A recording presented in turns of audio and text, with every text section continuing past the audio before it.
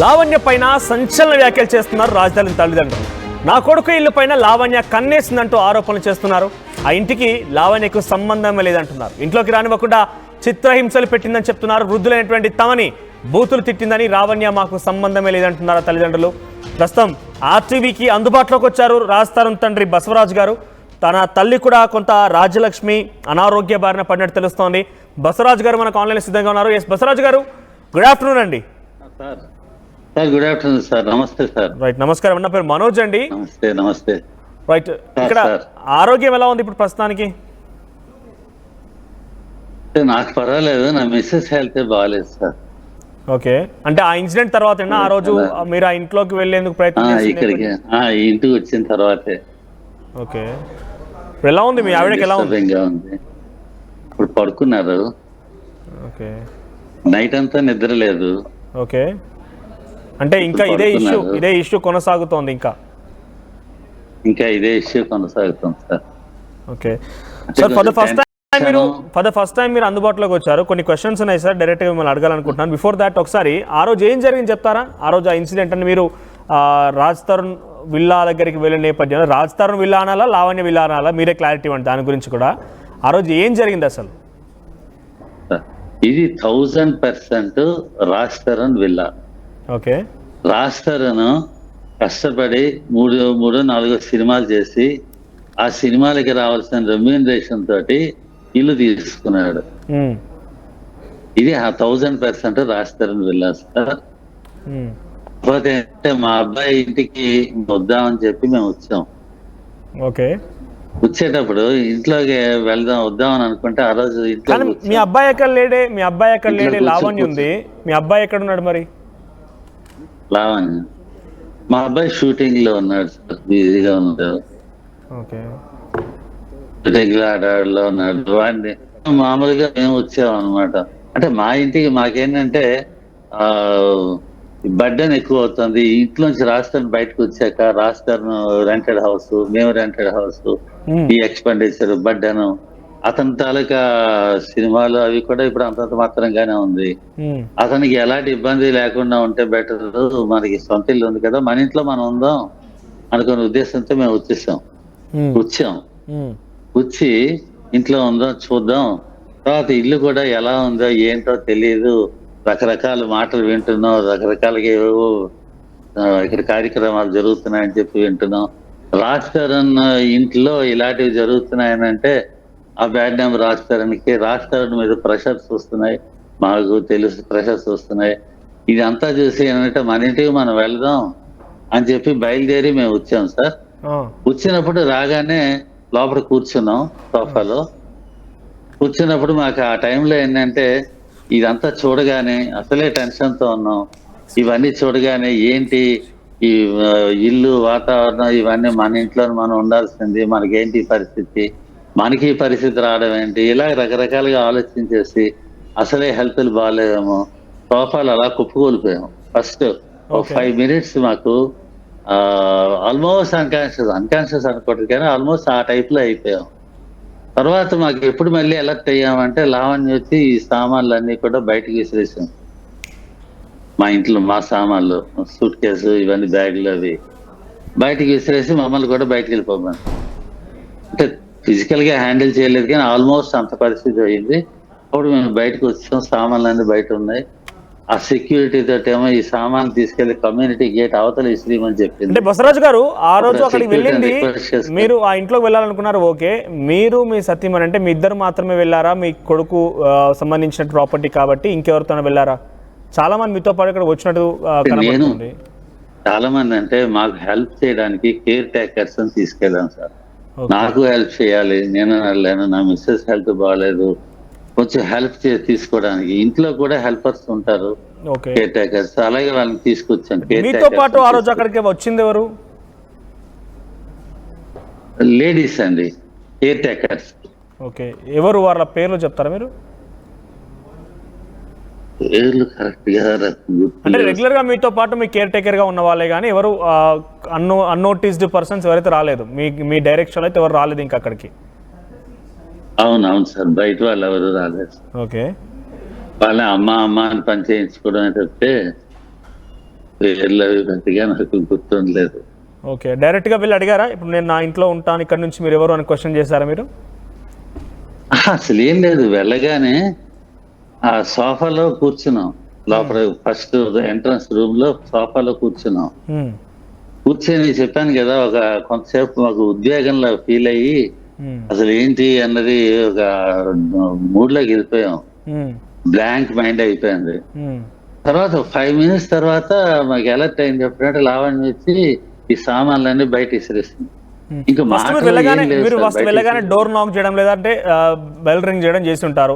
ఎవరు మిమ్మల్ని లోపల అనుమతించింది? తలుపు తీసింది. ఓకే, తీసుంటే వెళ్ళి కూర్చున్నాం. ఓకే, మీరు వెళ్ళే సమయానికి ఆ ఇంట్లో అంటే ఎవరు అబ్జర్వ్ చేయలేదు మీరు వెళ్ళి కూర్చున్నది? లేదు సార్. ఓకే, తర్వాత లావణ్య వచ్చి డైరెక్ట్ గా సామాన్లు బయట పడేసింది అంటున్నారు అయితే మీరు? బయట పడేసింది. ఓకే, సో ఆ సమయంలో బయటపడేసిన తర్వాత చాలా మంది అక్కడ గుమికూడారు. ఆ సొసైటీ వాళ్ళు, అక్కడ ఉన్నటువంటి ఆ కాలనీ వాళ్ళందరూ కూడా రావడం జరిగింది. మీతో పాటు ఒక 10 మంది మహిళలు కూడా వచ్చారు, వారిపైన దాడి చేయబోయారని చెప్పి లావణ్య ఏకంగా ఆ వీడియోలో కూడా చెప్తోంది. మీరు అక్కడ లైవ్ నుంచి ఆర్టీ అందుబాటులో? లేదు సార్, అటువంటిది ఏం లేదు సార్. ఓకే, అటువంటిది ఏమీ లేదు సార్. మాకు అలాంటి ఇంటెన్షన్స్ లేవు, మాకు అలాంటి ఆలోచనలు ఏం లేవు సార్. మేము వచ్చాం, మా బాధ కొద్దీ మేము వచ్చాం. బయటకి విసిరేస్తే ఏం చేయాలి? నేను ఆ వీల్ చైర్ లో కూర్చున్నాను, నా మిస్సెస్ ఇక్కడ అక్కడ గట్ల మీద కూర్చుంది. చాలాసేపు అలాగే కూర్చున్నాం. తర్వాత ఏంటంటే ఆ చుట్టుపక్కల వాళ్ళు కుర్చీ ఏదో తెచ్చి వేస్తే నా మిస్సెస్ ఆ కుర్చీలో కూర్చుంది. వాళ్ళే ఆ చుట్టుపక్కల ఉన్న వాళ్ళే మంచి నీళ్ళు లేదా ఏవో తీసుకు, తాను ఏమాత్రం ఒక వాటర్ తాగుతారని కానీ ఏం లేదు. వాష్రూమ్ కూడా అలౌ చేయలేదు. వాష్రూమ్ కూడా బయటికి ఎక్కడిగా నేను వెళ్ళిపోయాను. నా మిసెస్ కి వాళ్ళెవరు పక్క ఉన్న వాళ్ళు హెల్ప్ చేశారు. అది చాలా రాత్రి వరకు అక్కడే కూర్చున్నాను. ఓకే, సో రాజ్ తరుణ్ ఎక్కడ కనబడడం లేదు? రాజ్ తరుణ్ ప్రజెంట్ ఎక్కడున్నారు? రాజ్ తరుణ్ గురించే అంత క్వశ్చన్ రైజ్ అవుతోంది ఇప్పుడు.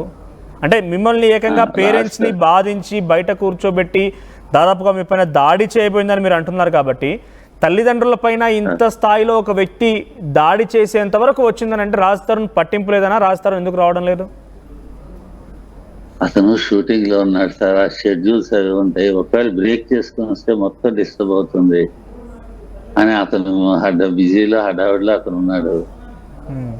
మేమేంటంటే అతన్ని ఇబ్బంది పెట్టకూడదని ఆలోచన మాది. ఇప్పుడు అతను వచ్చినా, అతను ఇక్కడికి వచ్చినా మరింత హడావిడి రభస అన్ని అవుతాయి, ఇష్యూ సైడ్ ట్రాక్ అయిపోతుంది. అతను వచ్చినా సరే కరెక్ట్ కాదు. చివరిగా రాజ్ తరుణ్ మీరు ఎప్పుడు కలిశారు? రాజ్ తరుణ్ తో మీరు ఎప్పుడు కలిశారు? రాజ్ తరుణ్ తో కలవడం అంటే రాజ్ తరుణ్ ఒక దగ్గర ఉంటున్నాడు, మేము ఒక దగ్గర ఉంటున్నాం. అప్పుడప్పుడు వచ్చి వెళ్తూ ఉంటాం. ఓకే, లాస్ట్ మీరు కలిసింది ఎప్పుడు? లాస్ట్ 3 weeks బ్యాక్ కలిసి ఉంటాం. 6 weeks back, 6 months back? 3 weeks back కలిసి ఉంటాం. 3 weeks బ్యాక్. సో అప్పుడే వచ్చినప్పుడే అప్పటికే ఇట్లాంటి ఆరోపణలు ఉన్నాయి కాబట్టి అప్పుడే మీరు వెళ్ళిపోయి ఎస్ దిస్ ఇస్ ఈ ప్రాపర్టీ నాదని చెప్పి రాజ్ తరుణ్ లీగల్గా అయినా ఫైట్ చేయవచ్చు, ట్రెస్ పాసింగ్ జరిగిందని వాళ్ళపైన కేసు అయినా వేయవచ్చు, లేదంటే మిమ్మల్ని తీసుకెళ్ళి డైరెక్ట్గానే ఉండిపోవచ్చు. అంటే మీరు డైరెక్ట్గా ఇప్పుడు అంటే మీరు హెల్త్ ఇష్యూస్, నాకు ఈ కాలు ఫ్రాక్చర్ అయింది. ఆ ఫ్రాక్చర్ హడావిడిలో ఉన్నాను, అదంతా క్లియర్ అయ్యి బ్యాండేజ్ తీసిన తర్వాత మరొక బ్యాండేజ్ వేశారు. అయిన తర్వాత ఇప్పుడు కొంచెం ఫ్రీ అయ్యాను కాబట్టి ఇప్పుడు మేము వచ్చాం అనమాట. నేను నా మిస్సెస్ వచ్చాం, చూద్దాం మన ఇంటికి వెళ్దాం, వెళ్ళి చూద్దాం అని చెప్పి వచ్చాం అనమాట. ఉందాం, కొద్ది రోజు ఇక్కడ ఉందాం, అవసరం అనుకుంటే బాగుంది అనుకుంటే ఇక్కడ పర్మనెంట్ గా షిఫ్ట్ అయిపోవచ్చు అని అనుకొని మీరు ఇప్పుడు ఇక్కడే రాజ్ తరుణ్ ఇంట్లోనే ఉన్నాం. అక్కడ విల్లాలోనే అక్కడ ఆల్రెడీ లావణ్య అండ్ ఫ్యామిలీ కూడా ఉన్నారు కాబట్టి ఇప్పుడు అక్కడ అందుబాటులో ఉన్నారు, అక్కడే ఉన్నారు వాళ్ళు కూడా. అంటే వాళ్ళు ఇక్కడే ఉన్నారు, మేమేంటంటే 5th floor లో ఒక రూమ్ లో ఉండి తలుపులు వేసుకొని కూర్చున్నాం. కేర్ టేకర్స్ ఉన్నారు, వాళ్ళు మాకు హెల్ప్ చేస్తున్నారు. తలుపులు వేసుకొని కూర్చున్నాం. టెన్షన్ గానే ఉంది, భయంగానే ఉంది. అంటే ఇప్పుడు మీరు లైవ్ ఇస్తుంది కూడా అక్కడ నుంచి లైవ్ లో ఉన్నారు మీరు? ఇక్కడ నుంచి, విల్లా నుంచి. సో డెఫినెట్ గా వాళ్ళు కూడా చూస్తూనే ఉంటారు లైవ్ ని. కాకపోతే కొన్ని క్వశ్చన్స్ ఉన్నాయి sir, if you don't mind నేను డైరెక్ట్ గా అడగాలనుకుంటాను మిమ్మల్ని. అసలు రాజ్ తరుణ్ కి లావణ్యకి పరిచయం ఎలా ఏర్పడింది, ఆ విషయం మీకు తెలుసా? అంటే పరిచయం ఎలా ఏర్పడింది అన్నది నాకు పూర్తి తెలియదు, కానీ వాళ్ళు రిలేషన్ లో ఉన్న తర్వాత ఒక 1 year తర్వాత మాకు తెలిసింది ఓకే. రిలేషన్ లో ఉన్నారు అని. అయితే రిలేషన్ లో ఉన్న టైంలోనే మేము ఇక్కడికి రావడం జరిగింది. ఇప్పుడు తను ఏవో వీడియోలు ఏవో చూపిస్తుంది, ఇవన్నీ ఆ రిలేషన్ లో ఉన్న టైంలోవే. ఓకే. అప్పట్లో ఏంటంటే వాళ్ళు మ్యారేజ్ చేసుకుంటారు అనే ఉద్దేశంలోనే మేము ఉన్నాం. ఓకే. ఎప్పటికైనా మ్యారేజ్ రిలేషన్ లో ఉన్నారు. ఆ తర్వాత 3 years పీరియడ్ తోటే అయిపోయింది సార్, వాళ్ళిద్దరి మధ్యనే రిలేషన్ కట్ అయిపోయింది. అంటే ఎప్పుడు సార్ రాజ్ తరుణ్కి ఇండస్ట్రీకి వచ్చి హిట్ రాకముందే వారి రిలేషన్షిప్ స్టార్ట్ అయిందా, హిట్ వచ్చిన తర్వాత అట్లా హిట్ ఇచ్చిన తర్వాత. ఓకే. ఏ సినిమా తర్వాత? ఇయ్యాల జంపాల తర్వాత. ఓకే. ఓకే. సో ఫస్ట్ అంటే ఎలా పరిచయం సార్, ఇలా పరిచయానికి సంబంధించి ఎప్పుడైనా చెప్తున్నారు రాజ్ తరుణ్ మీతో? వాళ్ళకి ఎలా పరిచయం అయింది ఏంటి అన్నది నాకు పెద్దగా ఐడియా లేదు సార్. పరిచయం అయిన తర్వాత వాళ్ళు రిలేషన్ లో ఉన్నారని తెలిసింది. ఓకే, ఉన్నారు కదా, అది అయిపోతుంది, రిలేషన్ లో ఉన్నారు, ఓకే అనుకున్నాం, ఊరుకున్నాం మేము. ఏదైనా పనులే కానీ వాళ్ళు హ్యాపీగా ఉంటారు చాలు అనుకున్నాం. ఆ రిలేషన్ లో ఉన్న పీరియడ్ లోనే మేము వాళ్ళని కలవడం, వాళ్ళు మాట్లాడడం, ఈ పూజలు ఇవన్నీ కార్యక్రమాలన్నీ ఆ పీరియడ్ లోనే. ఓకే. దాని తర్వాత అందులో కూడా ఆవిడ ఏంటంటే ఒకసారి ఏదో దీవిస్తున్నట్టుగా వచ్చింది, అది కట్ అండ్ పేస్ట్ అనమాట. వాళ్ళు రిలేషన్ లో ఉన్నప్పుడే వాళ్ళు పెళ్లి చేసుకుంటారు అన్న దీంట్లోనే ఉన్నాం మేము. రిలేషన్ లో ఉన్నారు, తర్వాత పెళ్లి చేసుకుంటారని. సో మీరు ప్రయోజకులు అయ్యి బాగా అభివృద్ధి చెంది పెళ్లి చేసుకొని పిల్లల్ని కనండి అన్న టైప్ లో ఇవిడ ఆశీర్వదిస్తే, ఆ పెళ్లి చేసుకుని అనేది కట్ చేసి పేస్ట్ చేస్తారు. ఓకే. కాబట్టి మాకేంటంటే అప్పట్లో లేదు, పెళ్లి జరగలేదు. ఓకే. అయితే ఇక్కడ గతంలో కూడా లావణ్య అన్ని మీడియా ఛానల్స్కి ఇచ్చిన ఇంటర్వ్యూలో కానివ్వండి, తను చెప్తున్న మాటల్లో అసలు రాజ్ తరుణ్ హైదరాబాద్కి రావడానికి, ఆయన సినిమాల్లో చేయడానికి, at the same time Raj Tarun పేరెంట్స్గా మీరు కూడా ఇక్కడికి రావడానికి, ఇక్కడ సెటిల్ అవ్వడానికి అన్నింటికీ తను సహకరించింది, తను కొంత ఫైనాన్షియల్గా తను కొంత హెల్ప్ చేసింది కాబట్టి రాజ్ తరుణ్ నిలదొక్కుకోగలిగాడు, మీరు కూడా ఇక్కడ ఉంటున్నారనే మాట మాట్లాడింది. రాజ్ తరుణ్కి ఆవిడ ఎలాంటి ఫైనాన్షియల్ హెల్ప్ జరగలేదు, చేయలేదు. ఆవిడ మహా చేసిన హెల్ప్ ఏంటంటే, అప్పట్లో ఒక స్టేజ్ లో మా సిచ్యువేషన్ బాగాలేదు, కొంచెం క్రిటికల్ గా ఉండేది. అదే టైంలో రాజ్ తరుణ్కి ఏంటంటే ఫుట్పాత్ మీద పడుకోవాల్సిన పరిస్థితి వచ్చినప్పుడు, అలాంటప్పుడు ఇల్లు లేనప్పుడు ఒక పీరియడ్ లో తను ఉంటున్న రూమ్ పక్కన ఒక రూమ్ ఉంటే ఆ రూమ్ తను చూపించింది, ఈ రూమ్ ఉంది, ఇందులో మీరు ఉండొచ్చు అని. ఆ రూమ్ లో చెప్పేది. అప్పుడప్పుడు మహా అయితే ఒక బీర్ ఇస్తే ఇచ్చి ఉండేది అప్పుడప్పుడు. అదే హెల్ప్ తప్పితే అంతకుమించి ఫైనాన్షియల్ హెల్ప్ చేసి తన్ని హీరో అవడానికి, గ్రో చేయడానికి హెల్ప్ చేయడం అస్సలు అవేమీ లేవు సార్. ఆ కృతజ్ఞతనే రాజ్ తరుణ్ ఒకసారి చెప్పాడు, నాకు మొదట్లో హెల్ప్ చేసింది అని చెప్పాడు. ఆ హెల్ప్ చేయడం అంటే కృతజ్ఞత ఉండడానికి ఆ రూమ్ చూపించడం, అప్పుడప్పుడు తనకు బీర్ ఇవ్వడం. బసవరాజు గారు, రాజ్ తరుణ్కి ఫుట్పాత్ పైన పడుకునేంతటువంటి దీనస్థితి వచ్చిందా? అటువంటి సమయంలో లావణ్య ఆదుకుందంటే డెఫినెట్ గా హెల్ప్ కిందకే వస్తుంది. ఆ సిచ్యువేషన్ ఎప్పుడు అంటే అది నాకు కరెక్ట్ గా డేట్లు అవి గుర్తులేవు సార్. అట్లా పీరియడే నాకు తలుచుకుంటే బాధ అనిపించేస్తుంది. నాకు ఆ ఏ టైము అన్నది నాకు గుర్తులేదు, కానీ ఏదో ఒక టైంలో మాత్రం ఆ పర్టికులర్ పీరియడ్ లో తన రూమ్ చూపించడం మాత్రం వాస్తవం.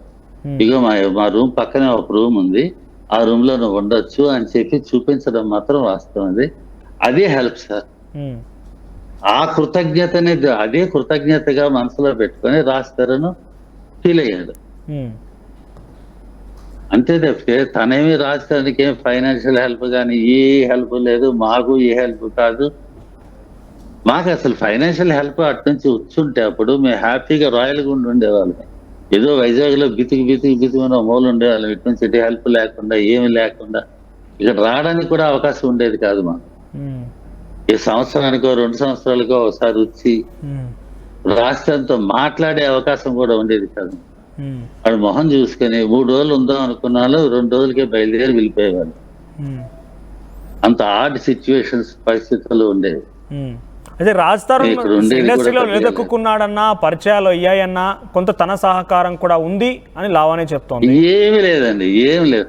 లాస్ట్ టైం ఇండస్ట్రీకి రావడానికి కారణం ఉయ్యాల జంపాల నా ప్రొడ్యూసర్స్ నాగార్జున, సురేష్ బాబు గారు, అలాగే రామ్మోహన్ గారు. ఉమ్, రామ్మోహన్ గారు ఇతను షార్ట్ ఫిల్మ్ చూసి ఇతన్ని పిలిచారు. ఉమ్, ఆ సినిమా ఉయ్యాల జంప సినిమాకి నాగార్జున గారు, సురేష్ బాబు గారు ప్రొడ్యూసర్స్, రామ్మోహన్ గారు కూడా one of the producer. Okay. ఆయన ఇతని తలకు షార్ట్ ఫిల్మ్ చేసి నువ్వు హైదరాబాద్ రా అని ఇతను పిలిచి అతను వాళ్ళు అవకాశం ఇచ్చారు. ఉమ్, ఒక స్టేజ్ లో వాడు ఇబ్బందుల్లో ఉన్నాడని తెలిసి వాడికి రెసిడెన్స్ కూడా తర్వాత తెలుసుకొని వాడు ఇబ్బందులు పడుతున్నాడని ఆ రెసిడెన్స్ అది ప్రొవైడ్ చేసి ఉంచుకొని అలాగా వాళ్ళకి సినిమా కంప్లీట్ చేశారు. ఉమ్, ఇదంతా చేసేది వాళ్ళు తప్పితే ఉమ్, ఈవిడేమి ఆ రకంగా హెల్ప్ చేయలేదండి. వీడు చెప్పుకుంటుంది కానీ ఉమ్, సినిమాలో ఆఫర్లు రావడానికి కానీ సక్సెస్లకు కానీ దేనికి వీడికి సంబంధం లేదు. అంతా అతను స్వయం కృషి.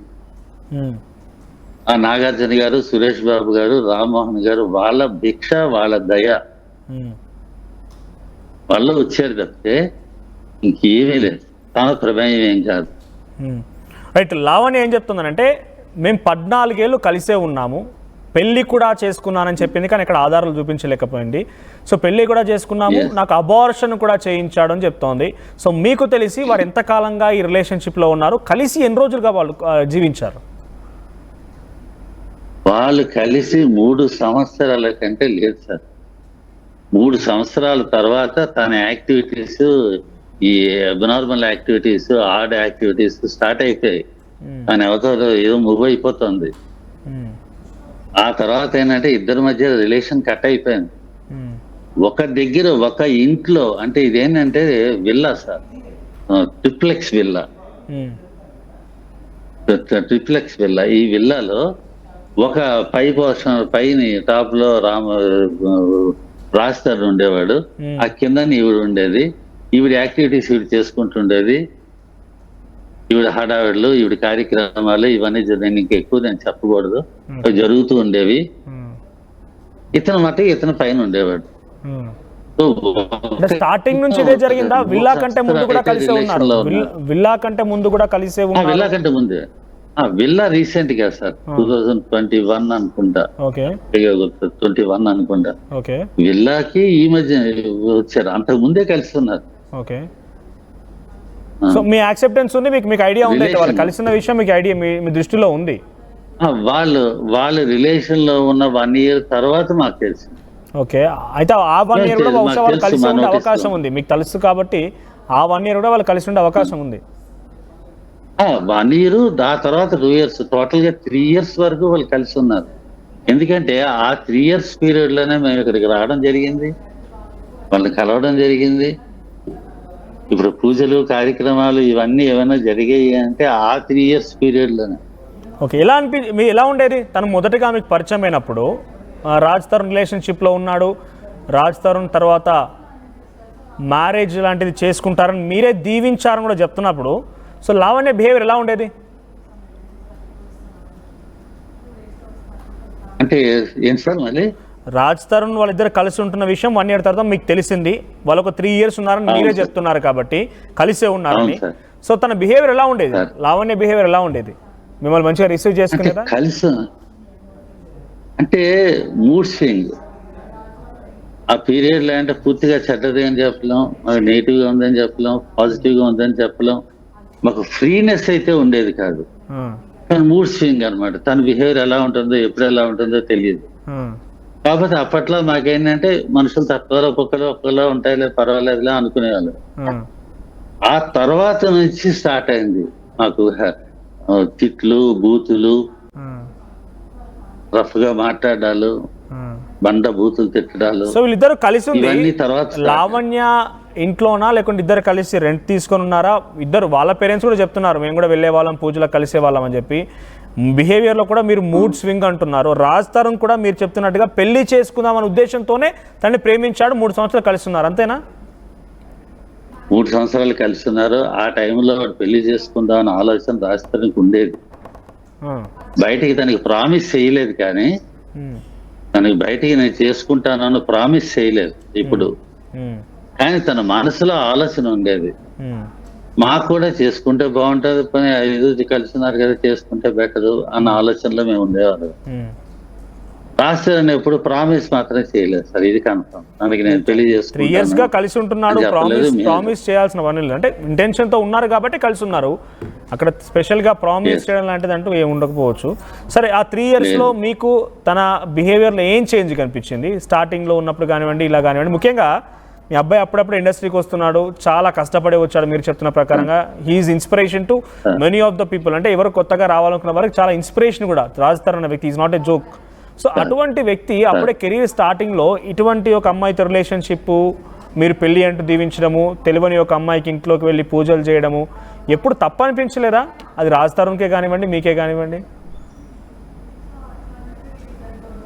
అంటే వన్స్ వాళ్ళు డెసిషన్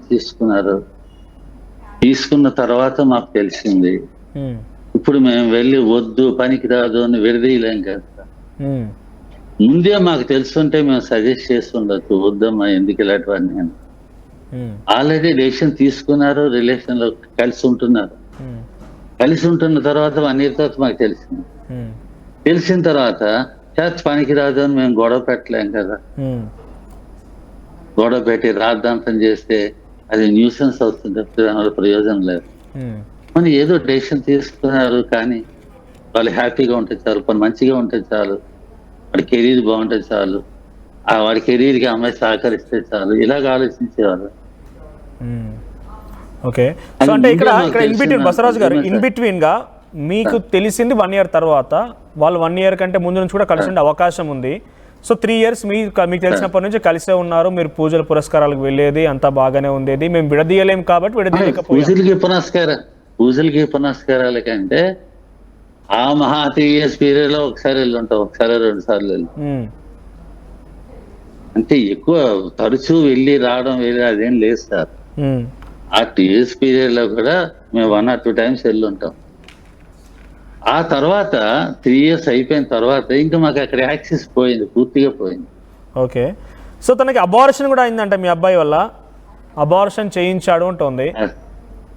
నేను ఒకటి చెప్తాను సార్, ఆవిడ చెప్పడం, మేము దానికి సంజాషి ఇచ్చుకోవడం, వీటన్నిటికంటే ఆధారాలు చూపించి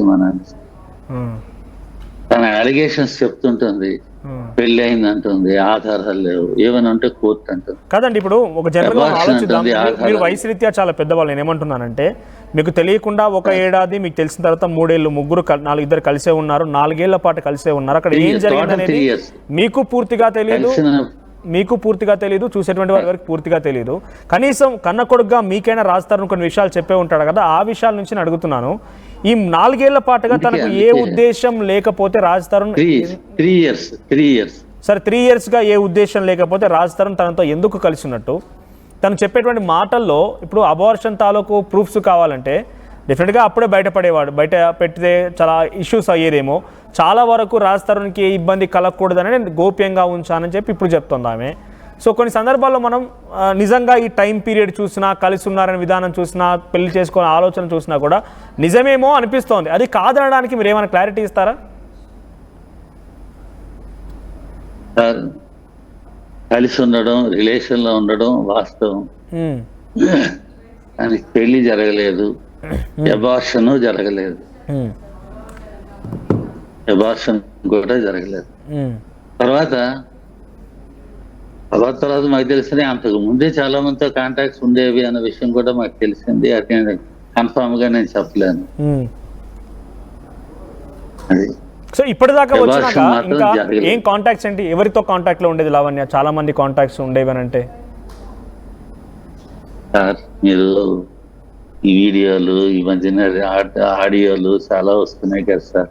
నాకు పర్సన్స్, వ్యక్తులు నాకు పరిచయం లేకపోవచ్చు, నాకు అవగాహన లేకపోవచ్చు, కానీ కాంటాక్ట్స్, లీగల్ కాంటాక్ట్స్ కానీ అదర్ పర్సన్స్ తో కాంటాక్ట్స్ కానీ ఉండడం వాస్తవం. అది వీడియోల్లోని, ఈ ఆడియోల్లోనే తెలుస్తుంది. ఎప్పుడు బయటపడింది అంటే ఇప్పుడు అందరితో పాటు మీరు చూసారా? గతంలో కూడా తన బిహేవియర్ లో చేంజ్ అనిపించింది, ఈ వ్యక్తితో మాట్లాడేదని గమనించారు ఎప్పుడైనా? ఈ 3 years పిల్లలు ఉండేటప్పుడు, మేము వచ్చినప్పుడు మేము చూసేవాళ్ళం, ఎవరెవరో జనాలు ఏదో వాళ్ళ హడావిడి బయట డబ్బులు మంది మనుషులు ఉండేవారు, ఉమ్, హడావిడి జరుగుతుండేది.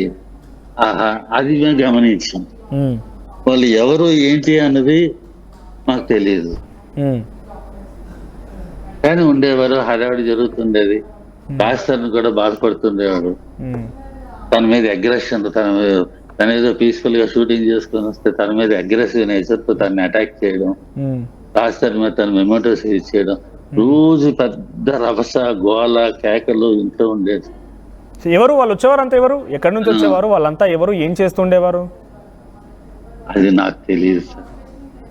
సరే, నాకు మీరు తెలియకుండా డైరెక్ట్గా కొన్ని నేను విషయాలు ఎవరు ఇబ్బంది పడుతున్నారు, మీరు కొంత లిమిటెడ్ గానే మాట్లాడాలనుకున్నారు, అర్థమవుతోంది. నేను చెప్తున్నాను ఒక విషయం ఇక్కడ. లేదు లేదు లేదు, వాస్తవం.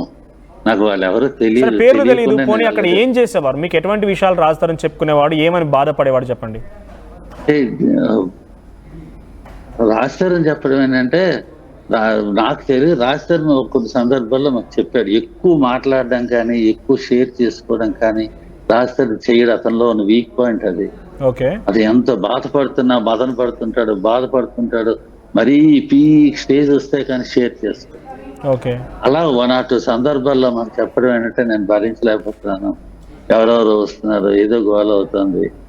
ఆఖరికి రాజకీయ డౌట్ ఎక్స్ప్రెస్ చేశారు, డ్రగ్స్ కూడా తీసుకుంటున్నారు, మళ్ళీ చెప్తారు ఒకసారి. డౌట్ కూడా ఎక్స్ప్రెస్ చేశారు, డ్రగ్స్ కూడా కన్జ్యూమ్ అవుతుంది అక్కడ అన్నది డౌట్ కూడా ఎక్స్ప్రెస్ చేశాడు. ఓకే. డీజేలు గోల హడావిడి, డ్రింక్ అంటే కామను అని చెప్పేవాడు. 1 or 2 సందర్భాల్లో ఎంతో పీక్ స్టేజ్ అయితే కానీ షేర్ చేసుకోడు ఎవరితోటి. Is an introvert, okay. ఎవరితో షేర్ చేసుకోడు. బసవరాజు గారు, drugs consumption is a crime, మీకు తెలుసు. డ్రగ్స్ కన్సంప్షన్ అనేది చాలా పెద్ద క్రైమ్ అది.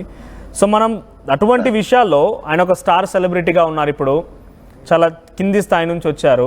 అటువంటి వ్యక్తి తన ముందు ఒక తప్పు జరుగుతుందన్నప్పుడు ఆ తప్పుని వెంటనే పోలీసులకు చెప్పడమా, లేకుంటే దాని తప్పుని సరిదిద్దాల్సిన బాధ్యత కూడా అంతా ఆయన పైన ఉంటుంది కదా.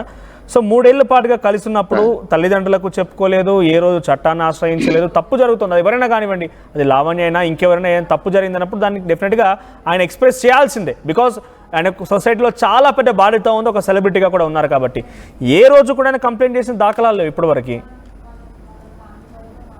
సార్, అది తెలియజేయాల్సిన బాధ్యత ఉంది, కరెక్టే. తన జీవితాన్ని కూడా నిలబెట్టుకోవాల్సిన బాధ్యత తనకు ఉంటుంది కదా. ఓకే. ఒకసారి కానీ ఆ విషయం బయట పెడితే, తను ఏదో పెద్ద హీరో లాగా బయట పెట్టాడు అనుకోండి, రభస అవుతుంది. అప్పుడే కొత్తగా వస్తున్నాడు, ఇండస్ట్రీలోకి వచ్చాడు, అదంతా రభస జరిగిపోయి ఎక్కడ ఏమైపోతుందో, నా కెరీర్ ఎక్కడ దెబ్బతింటుందో అని భయంతో, చిన్న కుర్రాడు అప్పటికే, భయంతో అలాగా అణిగి అలా కంట్రోల్ చేసుకుని ఉన్నాడు తప్పితే, అదే కానీ చేస్తుంటే ఇప్పటికి తన లైఫ్ ఏమైపోయి ఉండదు. అంటే తన కెరీర్ కోసం తను భయపడ్డా, లేదంటే లావణ్య, లేకపోతే లావణ్యతో వచ్చిన వాళ్ళు ఇంకెవరన్నా భయపెట్టారా? అంటే ఎక్కువ నేను నాకు తెలిసి అతను కెరీర్కే భయపడ్డాడు. ఓకే. తన కెరీర్ ఎక్కడ, తనకేంటంటే కెరీర్ అంటే ప్రాణం, సినిమా అంటే ప్యాషన్, పిచ్చి, అది తప్ప ఇంకేం చేయలేడు అనే పరిస్థితిలో ఉన్నాడు, ఆ మానసిక పరిస్థితి అలా. సో కెరీర్ ఎక్కడ దెబ్బతింటుందో, ఏమైపోతుందో అని భయంగానే బతికాడు. ఓకే. అక్కడ ఉన్న ఆ 3 years తర్వాత పీరియడ్ అంతా కూడా కెరీర్ డిస్టర్బ్ అవుతుందని. ఎందుకు కెరీర్ డిస్టర్బ్ అవుతుంది? తను ఎప్పుడు బెదిరించేది, నీ కెరీర్ నాశనం చేసేస్తాను, నేను ప్రెస్కి వెళ్ళిపోతాను, రోడ్డు మీద గీట్ చేస్తాను నిన్ను అని బెదిరించేది. మీకు ఆడియో కాల్స్ లో కూడా అర్థం అవుతుంది చాలా మంది. ఇప్పుడు తను ఈ రకంగా మిస్బిహేవ్ చేయడం, డ్రగ్స్ తీసుకోవడం లాంటి చేస్తుంటే అపోజ్ చేస్తే ఈ రకంగా చెప్పిందంటారు, అంతేనా? అపోజ్ చేయడం, లేకపోతే తన మాట కాదన్నా, తన మాట అంటే ఆ మాట కాదన్నా, తనకి ఎదురు చెప్పిన ఏ విషయంలో తను తట్టుకోలేదు, అగ్రెసివ్ అయిపోతుంది, కంట్రోల్ తప్పిపోతుంది, టీవీలు పగిలిపోతాయి, సెల్స్ పగిలిపోతాయి. ఎన్ని టీవీలు పగిలాయి, ఎన్ని సెల్స్ పగిలి ఉంటాయో.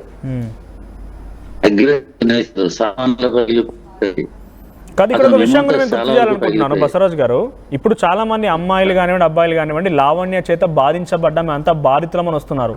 కావాలని మాకు డ్రగ్స్ అలవాటు చేసిందని, మమ్మల్ని న్యూడ్గా ఫోటోలు తీస్తుందని రకరకాల ఆరోపణలు ఏదేదో వస్తూనే ఉన్నాయి.